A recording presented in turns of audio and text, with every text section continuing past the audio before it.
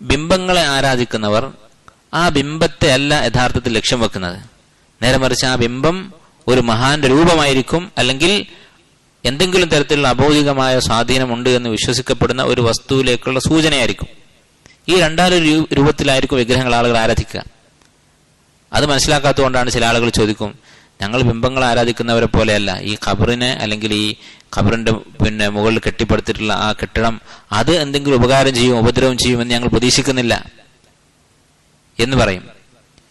അത് തന്നെയാണ് വിഗ്രഹാരാധകരുടെയും വാദം. ഈ വിഗ്രഹാരാധകർ ആരും എന്ത് വിശ്വസിക്കുന്നില്ല, തങ്ങളുടെ മുന്നിൽ കാണുന്ന ഈ കല്ല് അല്ലെങ്കിൽ ഈ മരം, ഈ ലോഹം, അത് എന്തെങ്കിലും ഉപകാരം ചെയ്യുമെന്നോ അതിന് ചെവി കേൾക്കുമെന്നോ അവരാരും വിശ്വസിക്കുന്നില്ല.